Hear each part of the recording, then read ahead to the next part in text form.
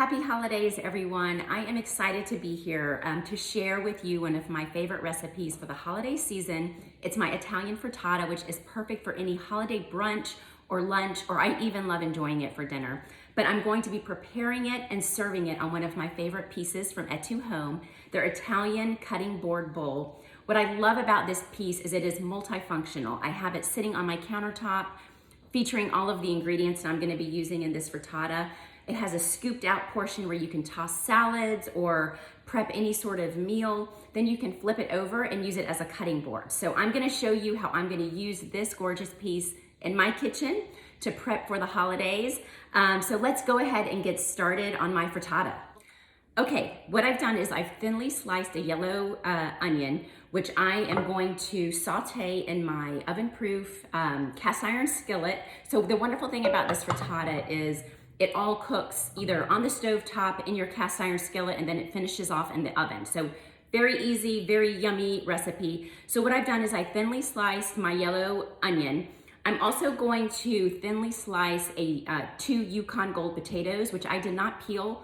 They have a really nice thin skin, so I'm gonna leave the skin on there. And I'm also gonna throw in a sweet potato because it adds nutrition. I love the color, the pop of color it gives to this dish.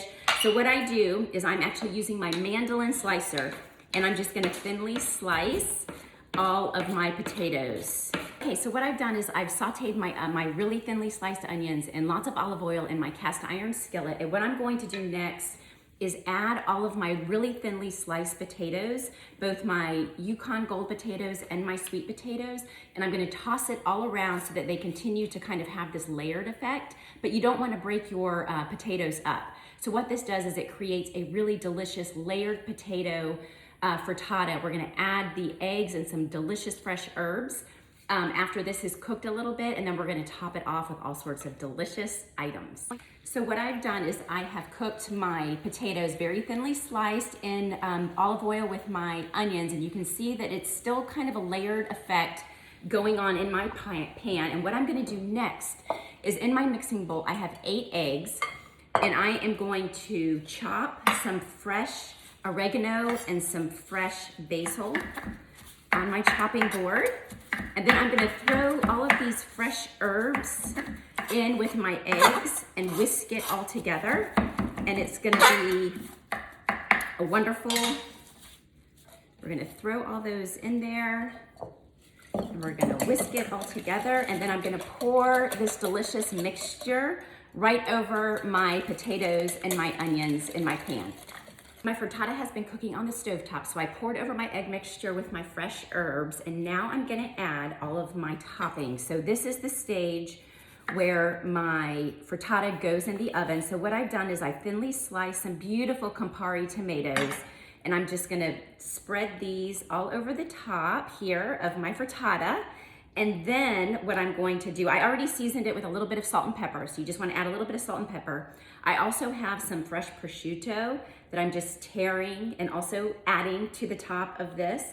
And I also have some calabrese salami, so this is a little bit spicier. We love a little bit of spice in my house. So I'm gonna add this to the top of my frittata. And then last, but certainly not least, I've got about a half a cup of very finely grated Parmesan. So that's going on top here. And another thing I did while it was on the stove top kind of finishing up is I just took a knife, just a regular butter knife, and ran it around the edge of my my pan to keep my egg mixture from sticking, because you want this to be able to pop right out of the pan after it's done cooking in the oven. So now I'm gonna throw this in the oven for about 20 minutes so that it sets, the eggs get cooked, the potatoes continue to cook, and the top becomes really nice and crisp. So while my frittata is in the oven finishing up, I am going to start on my salad. So what I do is I top this frittata with just some fresh baby kale. I love using baby kale in this recipe for just a nice little kind of crunch to go on top of this frittata, because it's sweeter, it's softer, it's not quite as bitter as regular kale.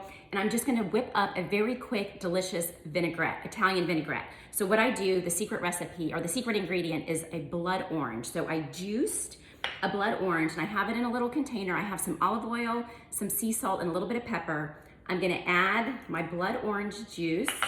I'm also gonna add a splash of white balsamic vinegar because this helps cut kind of the tartness of the blood orange, which I love. And then I just shake it up so that my salad dressing becomes nice and mixed and emulsified. And then I'm going to pour it over my kale, which I've put in the bowl side of my Italian cutting board bowl. And then I'm just gonna toss it all together, and I'm gonna top my frittata with this amazing, simple, and really, really healthy baby kale salad. I have very carefully and very gently taken my frittata out of the cast iron skillet. It just came out of the oven. I've put it on the flat side of the Italian cutting board bowl because it is a perfect way to serve this frittata. And I'm going to top it with some of my fresh baby kale salad. And then the finishing touch is going to be just a few shavings of fresh Parmesan. And what you have here is an amazing recipe that is so simple, but very hearty, beautiful to serve at any holiday brunch or lunch, or even for dinner. This is hearty enough to serve for dinner. So happy holidays, everyone, and I hope you enjoy the season.